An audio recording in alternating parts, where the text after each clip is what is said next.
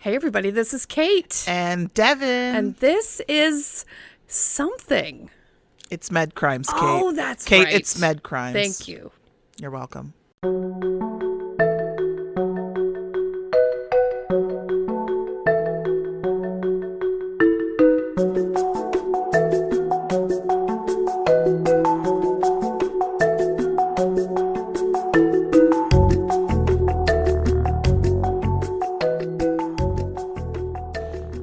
Hey guys. Hi. We're back. Here we are. In our very favorite place to be, here in our pod lab. Our pod lab. We love it in here. It's my favorite place. It's a basement. It's cold. It's damp. There's probably mold. With foot warmers.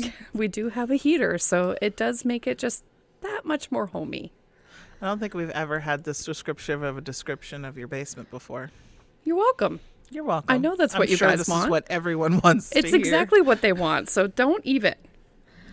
Listen, we know that our audio has been like a little problematic, and we have a mysterious production assistant. It was a mystery producer. It mystery was. sound guy. Mystery sound guy. Finally, AKA, I can't tell you who it is. that's what mystery means. Thank you. You're welcome. And we can't tell you who it is, but he graciously finally isolated our very long-standing problem, and it ended up being one of my microphones, which I never suspected because my mics are brand new, and I thought that like because they're new, they can't possibly be the problem. But it turns out there were. It was part of it. And It then was helped part of us it. play around with the new system. Yes, he a little did. bit. He fixed a lot of stuff for us. So thank you, mystery producer. We love you. And he basically told me to not sit so close to you. He did, which like now we're far away from each other, and that is kind of sad. You can still reach me though, so it's really fine. Devin, we have some Patreons. We do have Patreons. Let's start with our latest Patreon, Rita Lee. Rita Lee.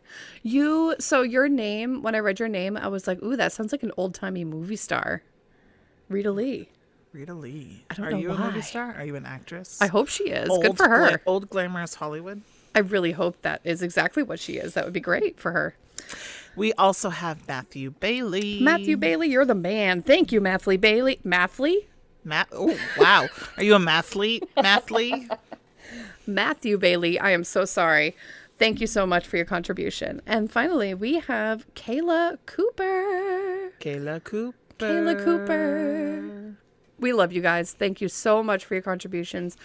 Thank you for joining our beautiful family of woodland creatures. These woodland creatures and us are just really starting to grow. I mean, and yeah. we're becoming a family. And you get I say all this, but you get some exclusive stuff and you get to support us. And hey, we found out it was Kate's microphone, and guess what? We Thanks bought to a our new one. Patreons, So thank you. upgrade. Trying to bring you a high quality content show. Because we love you guys and we want to make sure that we give you, the quality that you deserve. Yes. And we appreciate have you guys. some exciting stuff coming up that we hope to be able to share with you in a couple of weeks. Yes, we do. Some So, stuff coming around the pike. We will it'll be be- sharing more on our socials, I'm sure, very soon. Fingers crossed. Fingers crossed. All right. Y'all How's your week been? Oh, my week? Yeah. It's been a little crazy as per usual. I'm glad that podcasting is like an audio thing and not more of a visual thing because like, wow, my hair, like my makeup free face. I'm a whole something. I've been working a big long stretch. So this has been a lot. Hey, the fact that you're here. Yep. You're out of scrubs. And, It's a miracle. we were going to potentially record the other night and, but audio stuff and whatever took a little too long, and both of us, we were rocking the scrubs. It was just like out of work, let's go podcast. I mean, yeah, that's exactly what do. happened. It was That's great. what we do if we're not dealing with toddlers. We're at work, Which is always. I think I was trying to think the other day, so your son is almost 4. He is almost 4. So between our 4 children, their age doesn't even combine up to someone who would be able to drive. That's true. Not. I don't know why I was thinking of this. I don't but know was either. Like, wow. I think it's a combined age in our children of 14. Wow. Yeah. You added all that up all by yourself. I'm a Good job. freak. I'm a freak. Alrighty What then. can I say? So, Recap. So where we left off, Michael Swango had gone to medical school, barely squeaked by, and found himself in this surgical residency that he then got sort of pushed out of. He was working for an ambulance service, and he somehow thought that it would be like fine to poison his coworkers with arsenic. I mean, trial and error, really. Sure.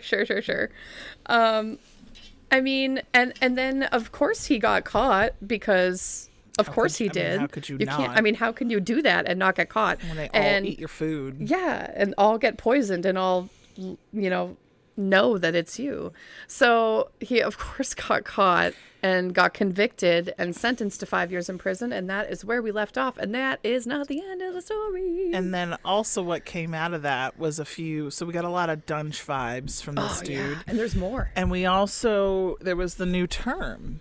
They got swangoed. They got swangoed. There are more people that unfortunately get swangoed in this before it's done. Well, I mean, and I was quite surprised when you told me we were going to have a two-parter, and then we end with a conviction, and I'm like, nope. Yeah, not the right conviction. This is not the end. Yeah. So, without Swango. further ado, Dr. Michael Swango, had just been sentenced and is in prison now for 5 years for poisoning his coworkers on the ambulance service. Now, at the time, Ohio State University, which is the campus that he was working on, had their own police department. So there was like the OSU police department, and they often worked with, the town's police department. And they were contacted once his arrest was made because of the allegations that something was happening at OSU in Rhodes Hall to patients that were dying suddenly. And they got wind that there was this whole big investigation into him because there was a lot of talk among nursing and his colleagues that, he was somehow arbitrarily connected to almost all of these patient issues. The lines are starting to come together. They're coming together. So following Swango's arrest and his charge was aggravated battery for poisoning people, since OSU's department was involved in the investigation, state and local authorities were given his personnel file, and his personnel file included some of the complaints from the nursing and all his overall poor performance and the reports of the suspicious behavior, like, in detail. It also sort of outlined that time that he was seen like maybe tampering with a central line, and then the patient coded right after that, right? She was thinking that she should have seen blood if he was doing something, but everything was clear. Exactly. Yep. So in total, he was associated with 5 suspicious deaths at OSU alone. And this was in a short period of time. Very. Yeah. This was less than a year. And these are the people that died, mind you, because there were times that he tried and did not succeed. Okay. And there were a lot of people that got very sick and almost died. And there were only 5 that died. So he's done this way more than any of us know, I think.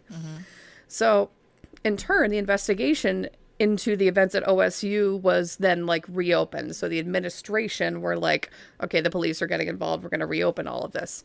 And the police departments were surprised that they weren't made aware immediately when this happened. And when there was that initial question of him tampering with IV lines, they were like, what? The eternal question. What did you do about it? Why didn't you call us? Every single episode we do is like, why didn't the hospital notify the authorities? They're afraid to get sued. They're what? Afraid to get sued. That's what I thought you said. Yeah, you're right. You want me to say it one more time? Yeah, please. They don't want to get their asses sued.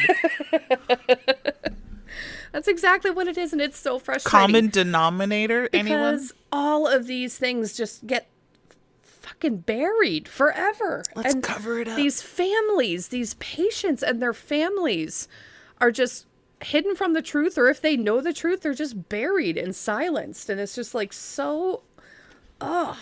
gross. I hate it. There was one death that was of particular interest and concern. So Cynthia Ann McGee was a young gymnast from the University of Illinois.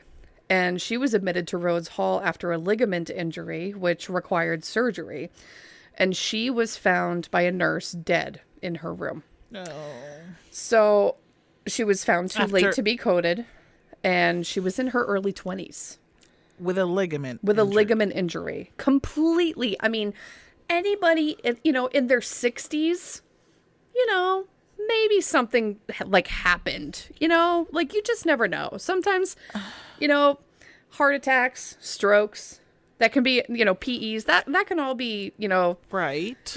that's plausible. Right. With a 20-something-year-old gymnast there who is completely healthy. Who has a normal ligament complication Yes. from gymnastry, from gymnastics. Yes, exactly. And now they're dead. There is literally no explanation for that. For her to have developed some kind of life-threatening They complication. didn't start and looking into this situation until so now? This was just one of the 5 really suspicious deaths there. So they are looking into it. And this was part of that investigation the administration opened initially but couldn't prove anything. So they just again, closed the investigation and buried it all because, I mean, why would you want to inform the authorities that somebody might be murdering people at your institution? No. We don't need to These do that. fucking details. Not necessary. So the dean of OSU's law school kind of got involved, and he reviewed the entire case because he's a super lawyer being the dean of a law school. Yeah, you are. And he concluded that administration should absolutely have involved the police right away, given the question of wrongdoing and actual harm by Swango. You mean a lawyer wants someone to follow the law? Yeah. Wow. In addition, the hospital failed to perform an M&M. Do you know are you familiar with an M&M? Yes. So I was in an M&M. Yeah. My case. Right. When I was pregnant. That's right. Yeah. Yeah. So, I wish I could have been a fly on the wall when they reviewed me. It's interesting, right? Yeah. So, for those of you who are not familiar, it stands for... Kate's gonna fill you in. I am. I'm really good at that. So, an M&M is a morbidity and mortality, and essentially, it's a meeting that's held with all of the people that were sort of in charge of or involved in a given patient's care if some event happens that was unexpected, or a death happens that was unexpected, or there's something that it's sort of like a way to debrief, go through the case in detail, and discover if there's anything that could have been done better. Right. And It's in most cases a learning opportunity. Of course. Not meant to be punitive, but let's take a look at this. I mean, sometimes I would imagine in an M&M, if you're deep diving, it could end up being punitive, right? I mean, depending on what they found. But usually it's let's talk about this as a team. Well, that's the thing. Did we miss something? None of the 5 patients that died under suspicious circumstances and didn't have a great explanation for their deaths had an M&M. None of them. Oh, which isn't that pretty? So that's I mean, standard. is that standard? That's standard practice. At any time there's, the hospital I work at, I've been invited to so many, I can't even possibly go to them at all. Not that, I mean, it's just standard practice. It's what you do if something happens and goes in a direction that's unexpected, or if a patient dies that was unexpected. Oh, is it always if you because went to mine. Is it always? I want to know what they would have had to say. But it's not always because it's not because the hospital did something wrong. No, Let's review the details so that we can make sure that we did everything right. And if there's a process that needs to be improved, we're going to work to identify that. It's part of Q&I. I remember there was a midwife after my case because something happened to me at the end of my pregnancy, and she kept saying, you always rule out obstetrics and to see if there's that complication, and then you think of med surge things, and my problem ended up being a med surge. So then it was like, well, we're going to bring this to our M&M to see if there was a med surge symptom diagnosis, what have you. Right. I always wanted to be the fly on that wall. Well, it's interesting, right? I would want to be too. It's very interesting. But none of those cases went. None, not one. Oh. And all of them were like, I want to say interesting, but no, really, that's just bizarre. It's bizarre and it's sad. So how does a case get to an M&M? So, who has to bring it up to anybody bring it to can that? say, hey, can we M&M? Anybody involved in the care can be like, I think that we should do an M&M meeting on this person. Okay. And they make it happen. Okay. Yeah. So That's sort of the basis, and none of these patients had that, which is just astounding. And I'm surprised none of the nurses or anybody like spoke up, especially of that 26-year-old. yeah, we're going to talk a little bit about the nursing staff at the time, and there's some more info about that too. Okay. So OSU's police department launched their own internal investigation into the staff's claims, and they started by planting fiber optic cameras like around the nursing units. What? Can they do that? Apparently they can. Did they know they were there? No. Well, What? I can't imagine that they did with what they caught on these cameras. I can't imagine that the staff did not know. Okay, tell. So What'd they find? they found some stuff. Oh, gosh. So they did this internal investigation. They planted these fiber optic cameras, like they planted them on the units, in the drug closets, like in all of the spaces on the nursing units, right? They got a lot more than they bargained for. And what they found were that multiple staff members were injecting themselves with drugs What? obtained from the unit. No. Staff members were like coming in inebriated and like taking drugs and then like passing out, or just like taking drugs and continuing to like be a nurse. What? Oh yeah. This happened in what period? What years? What time frame was this whole case? This is in the 80s. What? Yeah. All the staff. So Swango's attorneys then loved that information, because then they argued that the staff's accounts were not reliable, Right. and that their problem was obviously much more widespread than Swango, which, like, I can't argue with that. It was very widespread if that's indeed what was going on. My God. So prosecutors in Franklin County considered bringing charges of murder or attempted murder up against Swango. However, they did not, because they didn't have the proof. It was all circumstantial. As per, like, the exact same song and dance that we sing every time we do this. We should actually make a song and dance for every time we get into an episode jingle, and then where we we can get to play this it. part. Like, I need a bell when we come to this moment, and you just ring it. I love that idea. Ding, ding, ding, ding, ding, ding. Devin's gonna bring a bell next Maybe time. it should be a cowbell. It should be. We gotta have more cowbell. So away he goes to prison, right? So this is all, Go away. transpiring when he's on his way into prison. So he goes to prison for 5 years. His medical licenses in Illinois and Ohio were both revoked. And this got a lot of media attention, like right off the bat. And essentially that meant that his career, if he didn't turn things around, was like effectively over. And he begins this campaign from prison to like revamp his reputation a little bit. And he agrees to participate. How do you do that from inside prison? Great question. Let me fix my reputation when I'm locked away. Well, he's trying. He's not necessarily succeeding, but he's trying. And one thing that he agreed to do was to participate in this interview on ABC's program 2020. okay. And this program aired February 13th of 1986, and that was his second year in prison. So this program airs, he's calm, he's neatly dressed, he's like in a suit and tie, and he was interviewed by host Hugh Downs. And during the program, he was adamant that he had been wrongfully accused, and he began by saying, quote, "First of all, I'm innocent," end quote. First of all, that's what they always say. That's a true story. And he continued by saying, quote, "I could never have done any of the things that they're saying that I would have allegedly done. I think my whole life speaks for that. Everything I've done in the past, my work both as a paramedic and a physician, and I simply could not have done these things," end quote.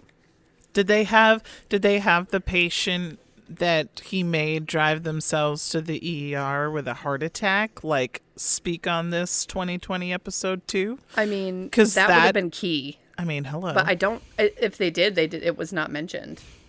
Just saying. By the way, I'm getting all of this awesome research from this book that I read, and I mentioned in the first episode that I like read this book, and I kept it like a mystery because I kept saying I gotta look at this other page and tell you exactly what the title of the book is, and shout out the actual book, but then like I never did. So sorry for keeping that like a wicked mystery from you guys. But So we're just keeping it going. it's just quietly a book that I read. So the book is called Blind Eye. It's by James B. Stewart, and he's actually a native of Swango's hometown of Quincy, Illinois. And I highly, highly, highly recommend you read this. It is so detailed. There's interviews like with Swango and a lot of his colleagues. And if you want to hear some more detail or read some more detail about more of the patients and more stories about the particular patients, Like read more than this. what we're going to cover. Yeah, more than we're going to cover. I wish I could cover every single person in a 2-part podcast, but I can't. So just so you know, Blind Eye, James B. Stewart, wonderful book. Go read it. Do it. Do it. So he was specifically asked about the IV line at OSU. So remember there was a time where a woman coded after... And then afterwards, she said, I remember a doctor coming into my room and putting something in my IV line, and that's the last thing I remember. He was asked specifically about that incident. Excuse me. And his response was, quote, I deny any criminal behavior or any violation of the Hippocratic Oath in working in Ohio or working anywhere, end quote. Which is like a very cookie cutter response. No almost kidding. as if he planned it. It's almost as if it was written for him. Yeah, exactly. So later that year, he was released from prison after only serving 2 of his 5 years. And he was placed on probation for a year after his release. So he's out and about after 2 years of Is his prison. reputation fixed? Or so he thinks? Oh, God, no. Good. Everything's a mess still. Good. Yeah. So he at the time was dating Rita Dumas, and she was a nurse who worked at OSU. And prior to his arrest, they like sort of started dating, and they weren't initially like crazy serious prior to the arrest, but she like was committed and stuck by him like through everything. She just like stayed with him like through the prosecution, through jail. Why? Dude, I don't know. Now they got pretty serious like once he was in prison. Like, don't ask me why, but they did. And because that's a great way for relationships to progress. Totally. Yeah. And Are you allowed conjugal visits if you're not married? Well, I think it depends on like the level of prison that you're in. I have no idea with what they did, but now they got pretty serious. They started talking about getting married when he got out, and she wanted to get him back on his feet. My assumption, and based on what I know about the course of this relationship, is more that he kind of wanted to have someone who was like securely on his side on the outside to help him once he got out, because he knew that he would have no career, no money, nowhere to live, and he was going to need someone. Using her. Basically, yeah. In 1988, he and Rita leave Illinois and move to Newport News, Virginia, in hopes of starting anew. And Let's start again. Starting anew. He applies for his license in Virginia to practice medicine. However, he was declined in light of the fact that he has a felony conviction. And you can't do that. Can't do that. And then he eventually found work as a counselor at a career development center, which specialized in helping students on the path to medical professions or medical school. He can do that? They didn't require background checks for that job? Stay tuned. Okay. While working at this center, a mysterious illness infiltrated the center. Oh, come on. 3 colleagues came down with strange symptoms all at the exact same time. Nausea, vomiting, diarrhea, chills, etc. What's going on? One woman needed to be hospitalized because she Probably was so dehydration? sick. Yes. Yeah. So colleagues knew who this guy was and knew why he went to jail and were like, so you got anything you're poisoning to do with this? us? Like, they were all very suspicious given his past, rightfully. That was dumb. Of course, right? Like, how? Switch it up. What do you do? Switch it up. Just saying. So, yeah, I mean, switch it up would be smart. But this guy, I think he just literally cannot stop himself. He's got this sick fascination for causing harm to people and watching them suffer and die. And it's like, if his life is finally moving in like an okay direction, he's got Time to just poison people. got to poison people or do something to make it interesting for himself again. So everybody gets sick, right? Everybody's suspicious given his past, and they couldn't prove anything. But after that one event, no other sicknesses occurred. I think maybe he was just like, "Well, everybody got suspicious. I can't play around with these Time people to and back treat them off like on the lab arsenic rats." today. Yeah, exactly.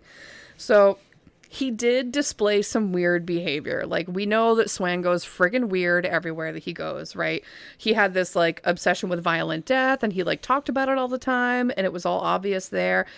He was caught working on his crazy-ass scrapbooks there, cutting out articles. Oh, this Again? man and his crazy... I'm like, yeah. So he's And still... Rita's just... still just sticking around like, Yeah. hey, let me help you glue your scrapbook together. Well, hold on. Sounds like a good date night. Yeah, we'll talk about Rita in a second. She's kind of like in the dark and like kind of stupidly in the dark, but we're going to talk about that. So he's working on these scrapbooks at this counseling center, like trimming like articles out and pasting them in.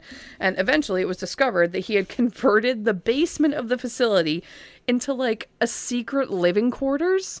And he was just like sleeping there. He was like spending a lot of nights there.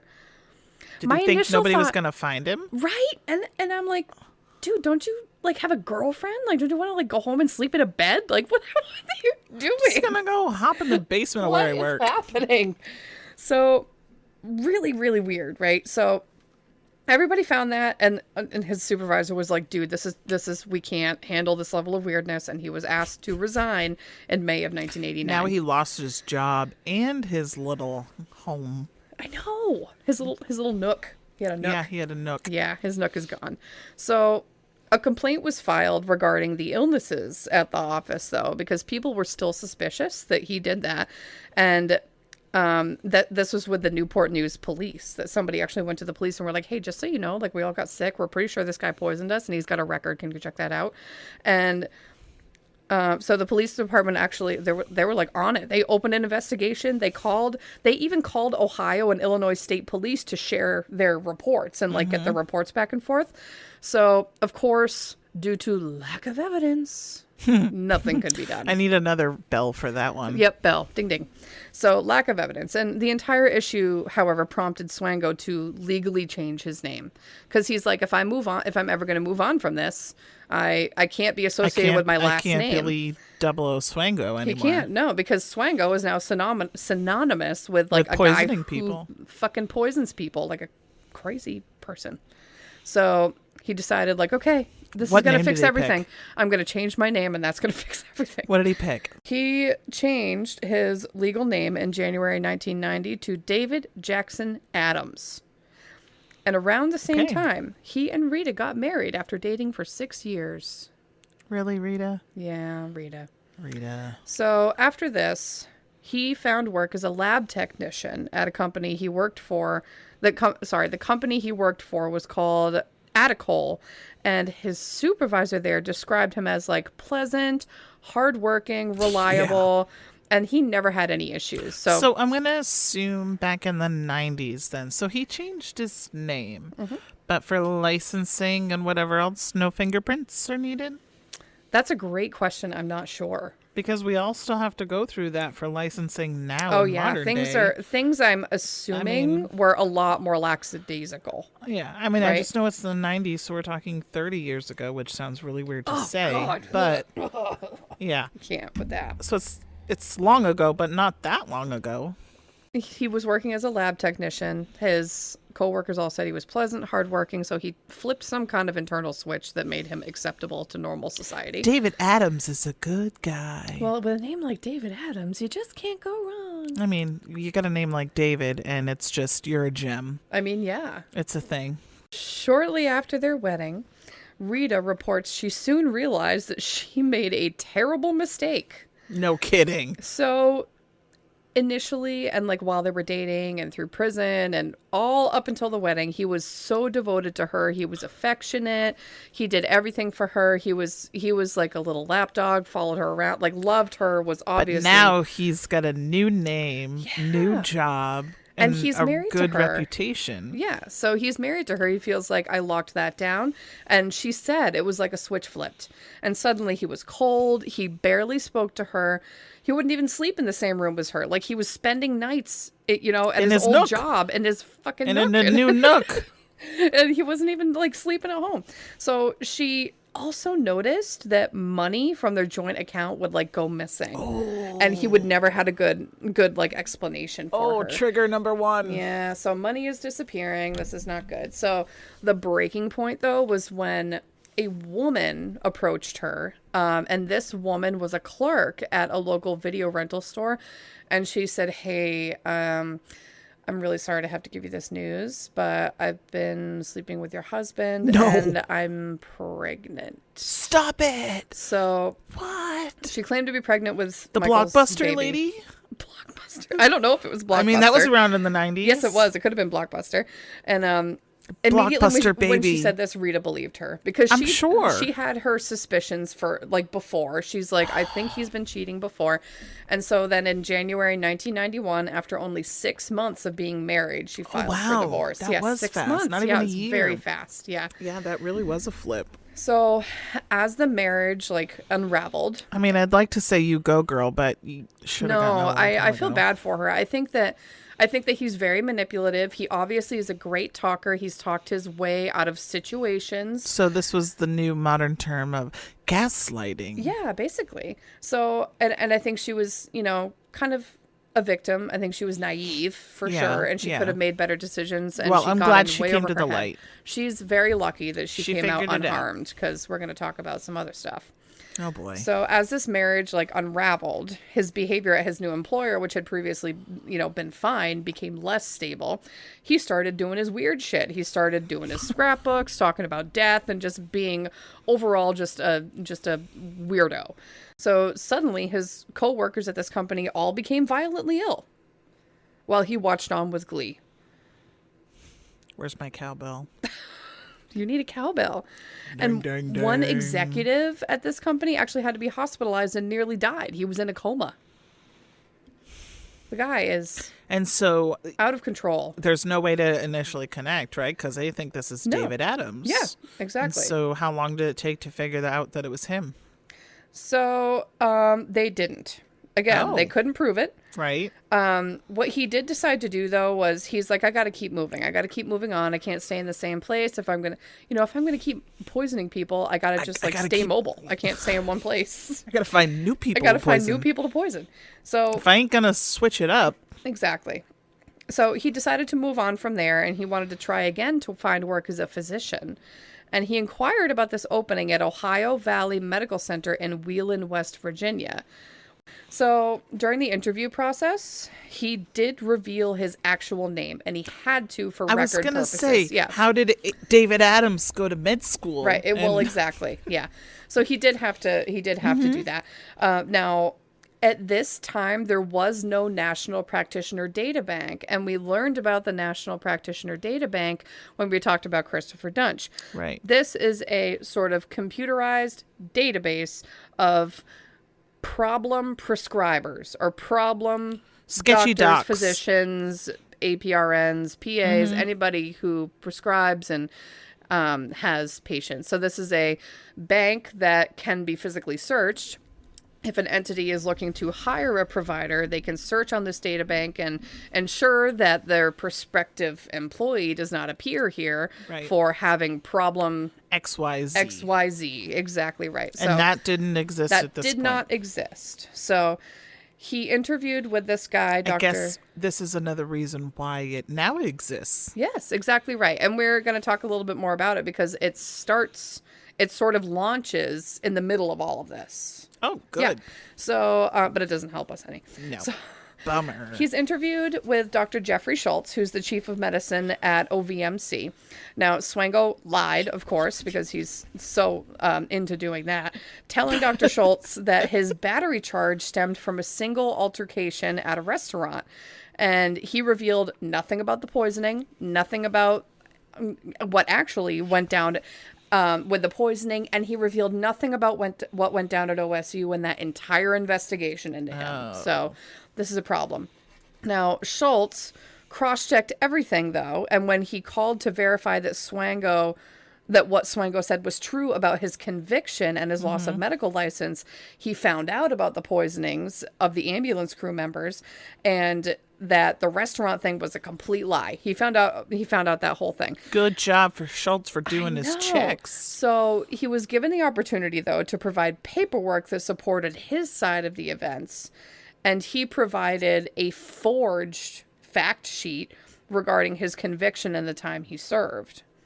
So, admin. Why though? Like, I don't even. Because he really wanted to get a job, and he's just trying to fake his way. No, I know, into but it. why? My question was, why would Schultz even give him that chance? Like, right? He doesn't have to. No, he doesn't have to.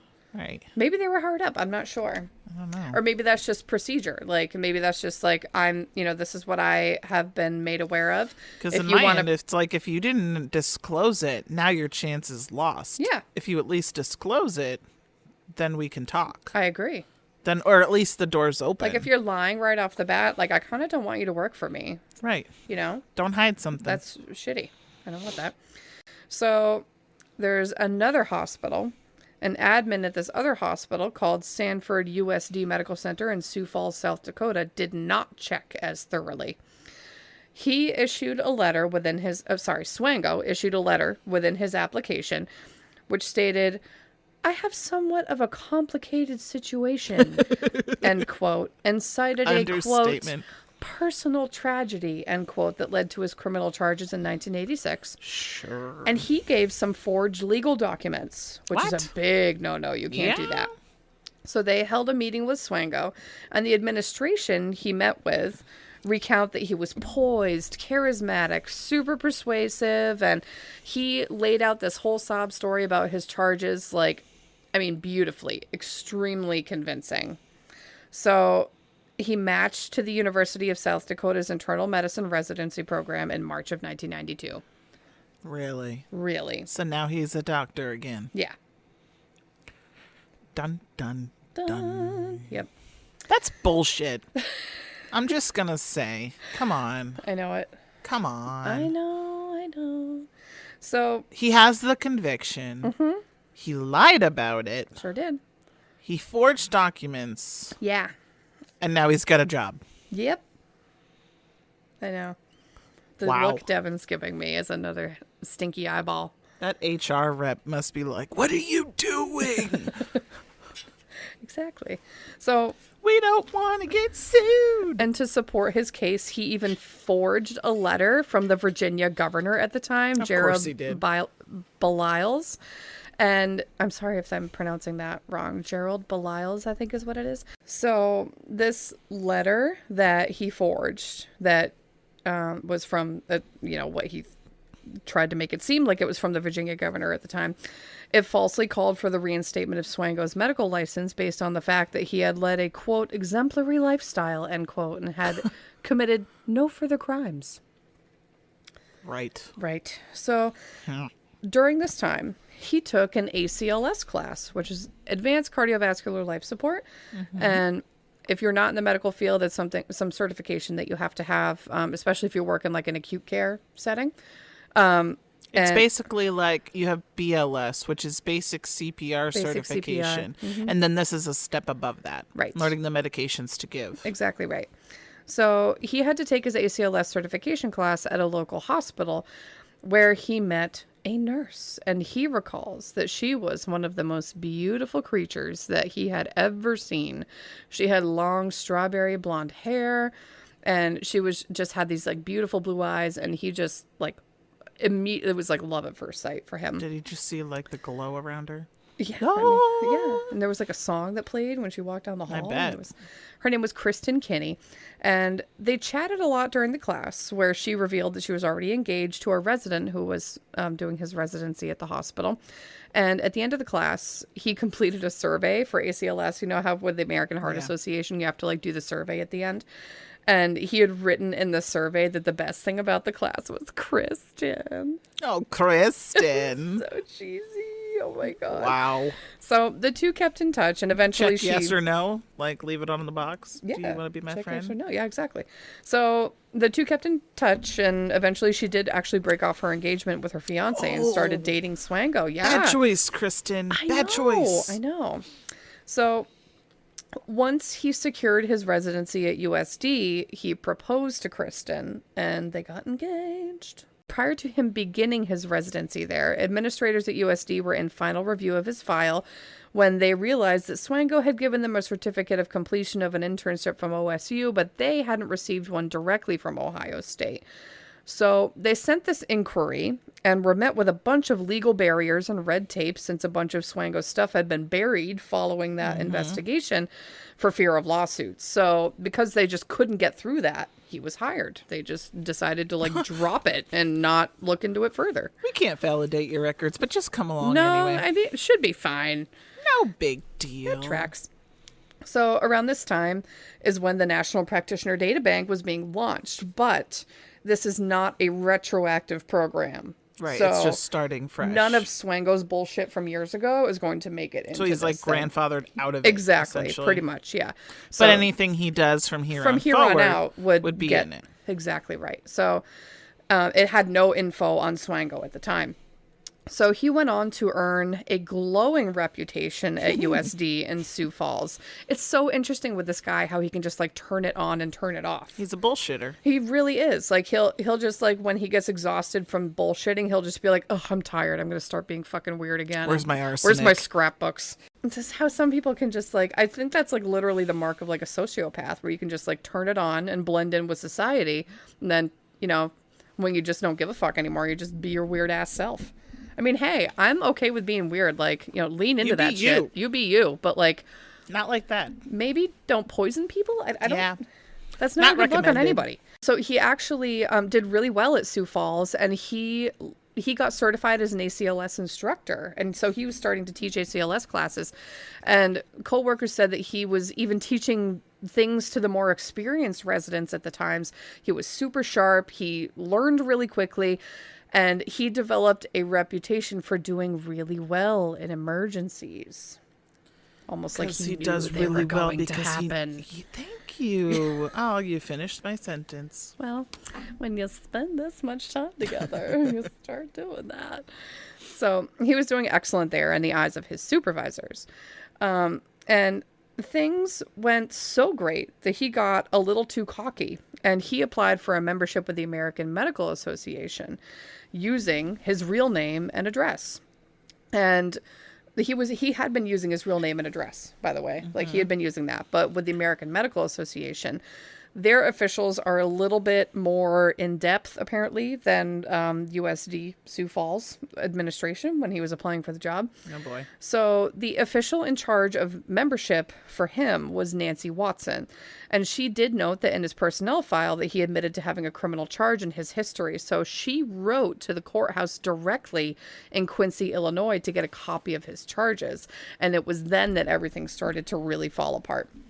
So the request to the courthouse prompted the judge that presided over his conviction to pick up the phone and call Watson directly. His name was Judge Cashman, and he was shocked to learn that this guy was still practicing medicine. He was like, how did this happen? do you know who this guy is and what he did? Right. He's like, what? How? I put this guy behind bars. Yes, exactly. How is this happening? So Cashman told the investigator, Watson told her everything. And so the American Medical Association official then called Swango to be like, yeah, sorry, dude, this is going to have to go to the board for further review. I can't approve this application. But she could deny. Yeah. So without board, right? So he then panicked because he's like, oh, fuck, they're going to check up on me. They're actually going to look into shit. Time to move. Time to do. So he immediately was like, ooh, I withdraw my application, actually. You can stop processing that. And she was like, okay. And like in his mind, he was trying to prevent any further like Right. probing, but everyone at the AMA already knew his secret. And eventually this got back to the dean of the University of South Dakota. And then came to light the suspicious deaths at Ohio State University in that entire investigation. And he Okay. was quickly forced to resign from his residency at Good. USD. So he gets pushed out of there. Now, as all of this came to light, Like, Kristen, I feel like again, he's stupid, so he doesn't know. But like, yeah, you got lucky. You got in a residency. he is insanely Let's lucky that not he's push walking it. among people. Like, let's not push it. Yeah, dude. You know? Yeah. Like, Exactly. So, as all of this comes to light, Kristen is like, gaining all of this new knowledge, right? Because there was some more action in the media. There was like headlines that said like local doctor accused of poisoning, and she knew gets medical license back. right? She knew about this prior charge, but Swango had convinced her that it was all a big mistake and he didn't course. actually poison anyone. Of So course. she didn't know anything about the investigation and the suspicious deaths at OSU. That was new information for her. So she was wow. like, nevertheless, friends stated that she, when she was asked about it, she trusted her gut. She said that I trust my gut. I know he's a good person. He's a good guy. Like, I don't believe any of this bullshit. So that following year, a friend of Kristen's got a concerning phone call from her. Her voice was like scratchy and she was kind of upset, like she had been crying. And she said that she was cleaning and dusting in their home. And when she was dusting a picture frame around Michael's med school diploma, this card fell out from behind the picture. Oh my God, I'm intrigued. And it appeared to have some kind of recipe for like a poisonous compound on it. It was like a recipe card for like a poison. Devin's fucking smile right now, you guys, is fucking creepy. Like, why? I'm just saying. Like, She's the fucking face she just I made. almost picture like when you're in like an escape room, and then all of a sudden you just come across the clue. That's exactly what that was. Right? It just like fell. That's at what her I'm like feet. thinking. Yeah, exactly. That's exactly what that was. So this card falls and she's like, this is poison on this. And so Wow. apparently Michael, when she got home, she asked him about it and he ends up explaining it away. He said this belonged to my father. Oh, come on. So for me, I'm like, that's not a good, like, why does your father then have a fucking Right. card of poison? Like, Yeah. I want to know. Uh-huh. Like, what's happening? Anyway, he explained his way out of it somehow. I don't know exactly how. Tell me she didn't believe him. So she did. And after this, she began suffering from severe migraines. Almost every day, she would Oh, have a God. violent migraine with nausea. What's he doing to her? I know. Isn't that so awful? What's he doing to her? Well, hold on. So her parents knew who Swango was and were following what was going on in the media. So they knew that he had this history. She had called them a couple of times being like upset. And so they were really worried about this whole relationship, like really concerned. So they were not a huge fan of Michael and were like really hoping that the relationship would like end. So they visited her and noticed that she like looked awful. Like she wasn't eating. She was nauseous all the time. She was headachy.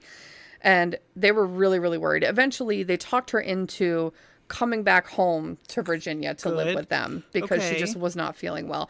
So she left Michael. She said the relationship didn't end 100%. They were still like in touch, but she was not living with him anymore. So that's a step in the right direction. So she goes home. I'm assuming she's thriving, feeling much Yes. better. And She does. ugh, Yeah. and So me. so as soon as she left Michael, she never had another headache. So there's that. Now, meanwhile, the American Medical Association temporarily loses track of Swango, and he manages to like worm his way somehow into a psychiatry residency at Stony Brook University of New York, SUNY. He should be a patient, not a resident. Can we get this guy a room? Yes. Can we literally get him a room? Put him in two. Tranquilize him, put him in a bed, strap him down. Put this guy in two. So they relied on his documentation he provided and did not call any judicial entities to confirm his criminal history. They didn't contact the federal or state medical boards. The chief of medicine there called one or two of his references and like was satisfied and called it a day. He's like, "Yep, this guy checks out." So I don't know. I don't get it. How many? I literally how many don't more get it. places does this guy hop to? And they all say, "Oh yeah, sure." I know it. I think about like the hiring process that I went through when I was onboarded as a provider, and it was so extensive. I was like, I know that I don't have a criminal history, but I was like, what if they find something? What if they find out about What the if- time I don't know, like I got a speeding ticket? Like, am I gonna not get this job? They just looked into me so Really? And that, I feel intensely. like that's what it should be, That's right? exactly Like, what it that's should how be. it should be if you're going to Exactly. hire someone who prescribes medications Well, and that's the life-saving thing. treatments. Exactly. Hospitals take on all this liability when they hire a provider, and it's like you gotta check this shit out, man. You got to. So Well, maybe they've learned their mistakes over the last 30 years. yeah, I think they have, and why. this is exactly why, because The you HR can't people and all the other bosses have a picture of Swango up there. exactly. So his first rotation was internal medicine at the VA Medical Center in Northport, New York. Now, here his patients were again dying for no reason. Like very quickly dying for no reason. So once, one of his first patients at the VA, his name was Dominic Buffalino. He was a World War II veteran. Oh. I know. He was admitted for an upper respiratory infection for which he was requiring some oxygen, so he had to be hospitalized. Now, his wife was with him at the time, and in the hospital, she was like with him all the time in the hospital because the two were like inseparable. Okay. I Like love they, that. Teresa was his wife's name, and she recounts that this young resident entered the room and introduced himself as Dr. Swango, and that he would be assuming care of him from now on. He was pleasant, he was reassuring. The next morning, Teresa was at home getting ready to visit her husband for the day, and she gets this call from Dr. Swango that her husband had passed unexpectedly. Now, this was obviously a shock, and she was devastated and screaming and crying on the phone. And she recalls that Michael said to her, "Don't hang up. Stay on the phone with me. Talk to me." What? It was like he wanted to like listen Hear her to grief? her anguish Psycho. in that moment. What a psycho. Like I want to I caused strangle this and guy. I want to enjoy every second of it. It's like he was relishing that moment that he was telling a woman who was married to this man for most of her life, that were inseparable and so in love, that he's dead. And he wanted to just soak up that moment. That is so evil. That is so evil. Bastard. Honestly. So back to Kristen. So a few months after Kristen left Michael, she was doing okay at home, but she and Michael were still talking. She is having some mental health issues, right? Her parents were still pretty concerned about her. She was writing Michael a lot of letters. She was journaling a lot. Eventually, she stopped going to work because she couldn't function well. And 3 months after Kristen left Michael and moved back home, she committed suicide. Oh, Now, no. An autopsy was performed at her parents' request because they were convinced that while she was living with them, That he had something. he had given her something. And they found arsenic present in her hair and in her system. It stays in your system that long. For years it can stay in your Wow. hair. It grows out. Right, They it can grows out. follow it, and they can time the whole timeline by your hair with my heavy metals like gosh. arsenic and some other heavy metals. Wow. Isn't that insane? Wow. That is Did so that- sad. Wow. Oh, God, it kills me. It's just so sad. So Kristen's mom, Sharon, called Swango to give him the news that Kristen had died. And remember, I mean, these two were going to get married. And, they were supposedly in love. And Michael Was supposedly his loved her. response just like, thanks? He replied, "I'm sorry. When's the funeral?" Wow. That's literally it. She said Wow. his tone was just frighteningly flat. Yep. Yeah. So that's the kind of guy this is. He's a great man. Now, I know. So there were, aside from this incident with Mr. Buffalino, there were multiple other incidents that were similar at SUNY. Now, Baron Harris was admitted for pneumonia. He was a 60-year-old, otherwise healthy guy. Dr. Swango introduced himself as Dr. Michael Kirk when he saw him. Why? I don't know. Maybe just to, I don't know. I was thinking that maybe in case he survived and the guy gave an account, he would say this Dr. Kirk came in, and then everyone would have no idea that it was, which is the stupidest way to try to cover your tracks. Stupid. They'll obviously be like, there's no Dr. Kirk on staff. And Swango was on staff, so it must have been Swango. Mystery solved. We didn't even need to call Scooby-Doo. Done. No need for Scooby. Nope. So he introduced himself as Dr. Michael Kirk, and Mr. Harris found him to be attentive, reassuring, and, just a great doctor. Now, on a subsequent visit the following day, Mrs. Harris, Barron's wife, walks into the room to find, quote, Dr. Kirk at her husband's bedside, giving him an injection into his IV. She asked what this is, and he replied, it's just vitamins. And he removed through your IV. Yeah, and he removed the syringe and left the room. And I mean, you do give some vitamins can be given IV. But when you say it's just vitamins, that vitamins. makes you think of like a Flintstone pill. Well, that's why I'm like, I know. That's why I made that comment. I know. So he removed the syringe and he left the room. And when the nurse came back in, his wife mentioned that Dr. Kirk was just in here and he gave my husband an injection in his IV. And the nurse said to her, oh, you must be mistaken. Only nurses give injections. Doctors don't give injections. So right after this happened, Harris becomes heavily sedated and he declined steadily within days. And days later was in a coma on a ventilator. And Swango eventually convinced his wife to make him a DNR and take him off life support, citing that he was convinced that he had, quote, irreparable brain damage, end quote, and that he would never come off the ventilator. Oh my gosh. So Sharon, Kristen's mom, gets wind of the autopsy results for her daughter. Meanwhile, she's flying off the handle. She is obviously devastated and immediately knew that Swango was poisoning her daughter and believes wholeheartedly that it led to her suicide, which I'm sure she's right. And she was also very dismayed that Michael had gone on to continue practicing medicine after all of this. And after all of that negative media coverage, after everything, he was still a doctor. Why is this guy still doing this? Now, she picks up the phone. She's like, I'm making some fucking calls. I got to figure this out. This girl. So she called 2020? Yeah, she should have. I hope she did. Now, she picks up the phone. She notifies administration at USD of his whereabouts, whom in turn directly called his chief of medicine at SUNY. And that when SUNY was made aware of who Swango was and what had happened and that he had lied, he was questioned by the board there and finally admitted that he was convicted of poisoning and asked to resign. So there goes another residency.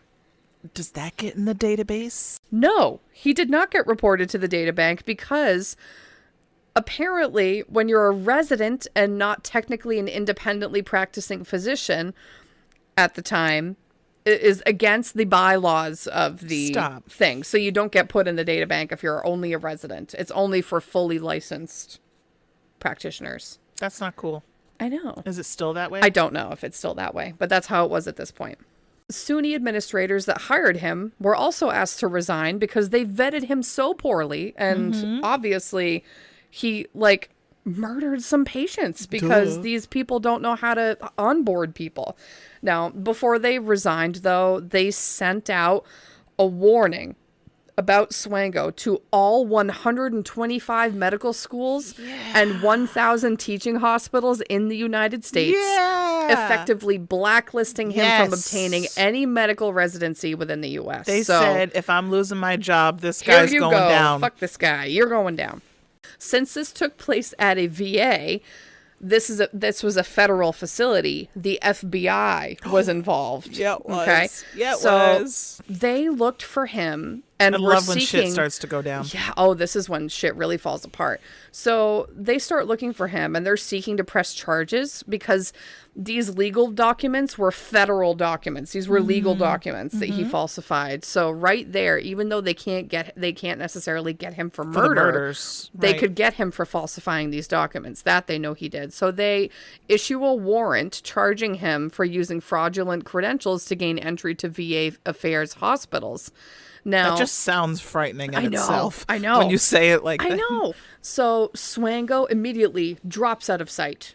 He's out of sight. He goes into hiding at this point until mid 1994 when he surfaces again. So this is when the FBI receives a tip that he's living in Atlanta and working as a chemist at a wastewater facility. And to get this job, apparently he had lied on his job application and made it reflect that he had studied chemistry in graduate school, and he used his fake name. So he's back to David Adams. Yeah, David Adams. So as soon as the FBI gets wind, they notified the company he worked for, who he really was, and what he was suspected of doing of all these hospitals, and he was immediately fired for lying on his application.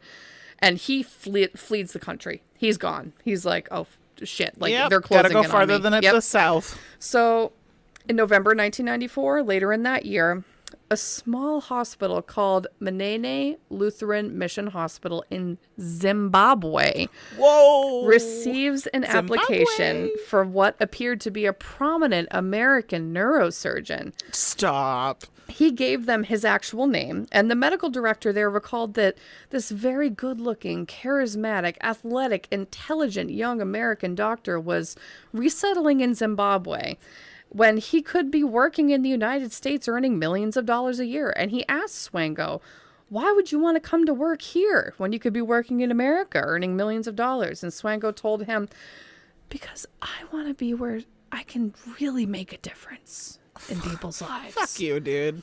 I know, that's what I said. You know, so this guy's clearly fleeing from the FBI. Oh, yeah. But yet he's still doing jobs that are going to trace him back. Yeah. Like Please tell me Zimbabwe has to check him out, right? They still have those laws. This is an entirely different country. They have no access to anything that happened in the United States. Yeah, they have no access to anything, but that doesn't mean they don't ask for it, right? I mean, they could have Googled him, I guess. Did we have Google in 94? I don't know. I don't remember. They could have. I was right, 7. I don't know. That's right. This is 1994. I don't know what happens in 1994. I don't know. So anyway, he's in Zimbabwe. They have no idea what he's doing or what's going on. They just don't know. Soon after he starts, patients begin mysteriously dying left and right with alarming frequency. Even young, healthy patients, much like exactly went on in the States. So the medical director there, Dr. Zashiri, and I'm so sorry if I'm not pronouncing that right, Zashiri, I think is what it is, was immediately suspicious of Swango because none of this happened until he showed up. And he was immediately suspicious and cited disturbing behavior there, like his normal weird self-behavior. He was doing that too. So Swango was terminated. But because at the time they were unable to perform autopsies on these patients that included toxicology testing, no proof was able to be found. Mm-hmm. So at this time, Swango rented a room in Bulawayo. I am so sorry, again with the pronunciation. Bulawayo, I think is what it is. You don't speak Zimbabwean, I do not. So he was renting a room in Bulawayo from a widowed woman. It's his new nook. Yeah, this is the new nook. And she, at one time, became violently sick after she ate a meal that she had prepared for herself. And the woman consulted this local surgeon named Michael Cotton, who suspected arsenic poisoning because of her presentation and persuaded her to send hair samples for forensic analysis in a lab in Pretoria, South Africa. Now, these clippings confirmed toxic levels of arsenic in her hair. Wow. So somebody had given her arsenic. Widow. Yeah. So nobody else but Swango could have put something in her food. To everybody that's giving him a little shred of kindness. Yeah. I'm going to poison you. Yeah. Anybody who is within reach, he's going to poison. So nobody else but Swango could have put something in her food. So the lab reports were passed on to the Zimbabwe Republic Police Criminal Investigation Department, or CID. And through Interpol, they were passed to the FBI. And the FBI were like, yes, he's in Zimbabwe. We can go get him. So they subsequently visited Zimbabwe to interview Cotton and the pathologist in Bulawayo. And the pathologist's name was Stanford Math. Now, at this point, though, Swango had sensed that the FBI had found him. And, of course, he dips again.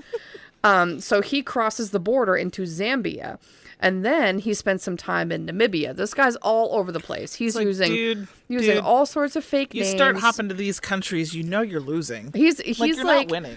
Things are spiraling out of control if you're needing to relocate countries like on the regular. Don't do that. Like, pick a new country every week. Clean your shit up if you're doing that.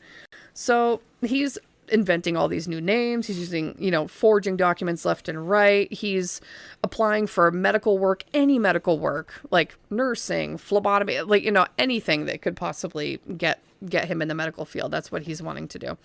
So charges were brought against Swango in Zimbabwe around this time. He was charged with poisoning 7 patients, 5 of whom actually died. Even though they couldn't do the autopsies to confirm it, they had enough circumstantial evidence. And, now that the FBI was involved and connecting the dots, they were like, there's no way he didn't poison these people. Right, like, there's exactly. no way. So a search warrant was executed for his residence in Zimbabwe, this little room he was staying in, and investigators found multiple partially used vials and boxes of multiple different chemicals, including adrenaline, epinephrine, Valium, lidocaine, succinylcholine, oh my God, potassium chloride, arsenic, and many, many, many others, all of which, of course, are fatal if given in mass quantities. He's just traveling around with this little briefcase of chemicals. Yeah, basically. So meanwhile, a bunch of work is being done by the FBI. Now, while they couldn't necessarily prove that he was poisoning people right away, they knew what he was doing, and they knew that he had to be stopped. They knew that no matter where he was going, he was just going to keep fucking putting shit in people's food and if he couldn't be around patients, he was just going to poison food. The poor widow. I know, exactly. So they knew he had to be stopped, and they knew what he was doing. So they were able to make this profile and really focus on the fact that he had lied on his government applications for DEA registration. Now, when you're a prescriber, you register with the DEA so that you can prescribe narcotics, and they can kind of track your prescription and your habits. And, that way a red flag will go off if somebody's prescribing disproportionate amounts. So he lied on all of those forms as well, of course, because he lied all the time. So he lied all those federal forms, too, for the VA. So that was enough for immigration to nab him while he was on a layover that he had in Chicago. Yeah. He was on his way to Saudi Arabia. Oh. And finally they got him and arrested him on those charges when he was on his layover in Chicago. This was finally happening in June of 1977. So, 97? 1997. Okay, I thought I heard Sorry, what did I say? 77? Yeah, I think you were on a roll. I was like, back in time. So he went on for 3 years, just traveling the globe of dodging them. Yeah. So at this point, the FBI, the DEA, and the Veterans Affairs Office, and prosecutors from Ohio, New York, and Illinois all knew this guy was a rampant serial killer, but that it would be really tough to prove beyond a reasonable doubt. But they knew that he would kill again en masse given the opportunity. So they charged him for fraudulence and for all the fraudulent documentation, and for lying to the DEA. They charged him for all of that. Good. And he went to court. He was sentenced to 3.5 years in prison. Now, this was buying them time to build their murder case. That's not enough. Yeah, but that's just where they're starting. This is just let's get him behind put away. Bars. Stop prescribing. Yes, let's get him put away now because he's dangerous, so that we can build this murder case and put him away forever. So they put together this massive collection of all of his crimes, and as part of this, 3 bodies were exhumed for toxicology testing. No way. Yeah, so tissue samples, hair samples were all sent to a lab in Long Island. I want to know how they testing. chose the 3. Well, I think they narrowed it down to the 3 most likely, right, or the 3 most obvious that he really had to have done. So, among those was Dominic Buffalino, the guy that was murdered, and his poor wife was hysterical. So he was the one that died suddenly after being admitted for upper respiratory infection. So toxicology testing identified massive amounts of nicotine in his body. What? He didn't smoke. This was at a level that would have been consistent with nicotine poisoning. Wow. Yeah. So I mean, it just stopped his heart and he died. Yeah. So various other poisonous compounds were found on the other 2 as well. Now, finally, In July of 2000, less than a week before he was due to be released from prison on the fraud charge, federal prosecutors on Long Island filed a criminal complaint charging Swango with 3 counts of murder, 1 count of assault, and 1 count each of false statements, mail fraud, and conspiracy to commit wire fraud. Oh, So that sounds like a lot. it was, and for a good thing it Yeah. was. No, Now, I'm saying like a lot in like a good way. Yes, Like a so- lot of time behind bars. a week before the indictment was handed up, FBI agents interviewed Swango in prison, and they told him that on the day he was due to be released, he would be extradited to Zimbabwe to face charges of murder and attempted murder there. And knowing that if he went to Zimbabwe, he was going to face the death penalty for his Yeah. crimes and be killed.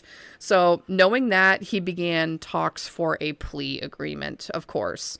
Okay. So eventually, So now he's prosecutors- chickening out and like confessing to stuff to stay in Right. America. which is fine, because as Yeah. long as he gets put behind bars and the death penalty is off the table, at least it gives these families some answers as far as to what happens. I just meant in Yeah. his way. He's like scared enough where he's Well, like, that's the thing. yeah, He doesn't yeah. want to die. Right. Yeah. He doesn't want to face the death He penalty. doesn't want to die. No, he doesn't. He wants Yeah, to make other people die. Yeah. Yeah. He doesn't want his God death forbid to be anybody give him a lethal injection. Well, He's I been was doing gonna- that for years. I was going to say, God forbid. I mean, he was the last page of his scrapbook. Yeah. How many people? Yeah, exactly. Mm-hmm. Exactly. Oh, that was a good one, Devin. You're welcome. Yeah. So eventually, prosecutors agree then to take the death penalty and the extradition off the table in return for Swango accepting a sentence of life in prison without parole and telling them about some more crimes that he committed. Now, Swango was formally indicted on July 17th, 2000, and he pled not guilty.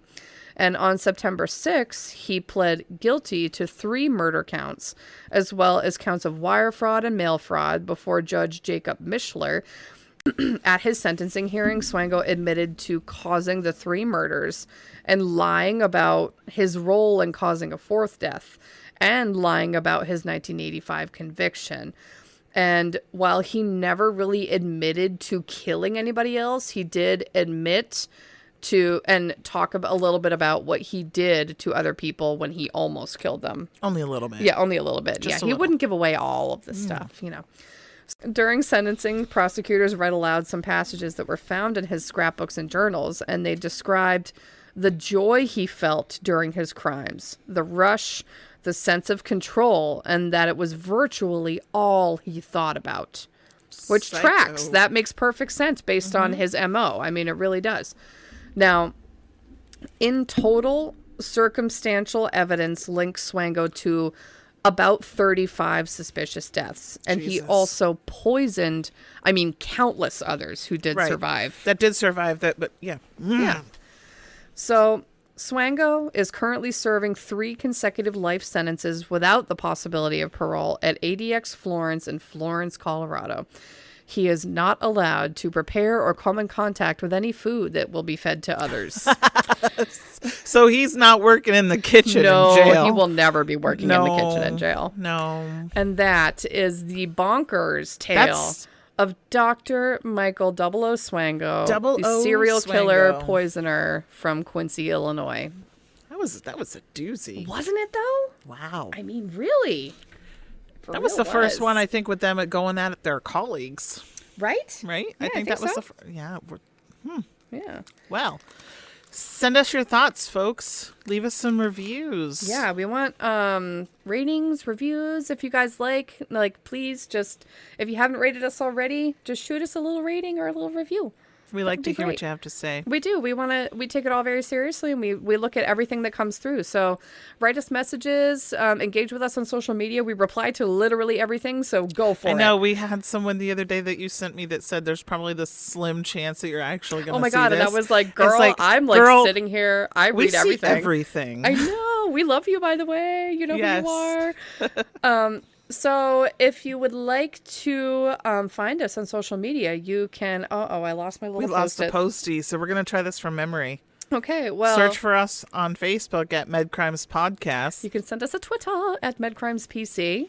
Search us on Instagram at MedCrimes Podcast. Or if you wish to become a Patreon, you can find us at www.patreon.com/MedCrimesPodcast. And also, if you have a crazy medical story that's like funny or spooky or scary, or if you just want to send us a message to say hi, you can email us at medcrimes@gmail.com. We've started to get a few emails. Yeah, we've had a few, and we want to put together this like compilation, like story episode of all your crazy, cool it science doesn't have to be stories. like a med crime story. Like, No. just tell us some of your funny things that happened during your shift. You know that or like shit the that you weird just ass nobody things. like the shit that nobody can make up. That's what we want to hear. Yes. We want to hear about that. And I know we got them because in my field of the long-term care, There's so we many. always say you can't make this shit up. Like, we always say I we say want to that write a at least book weekly. somewhere.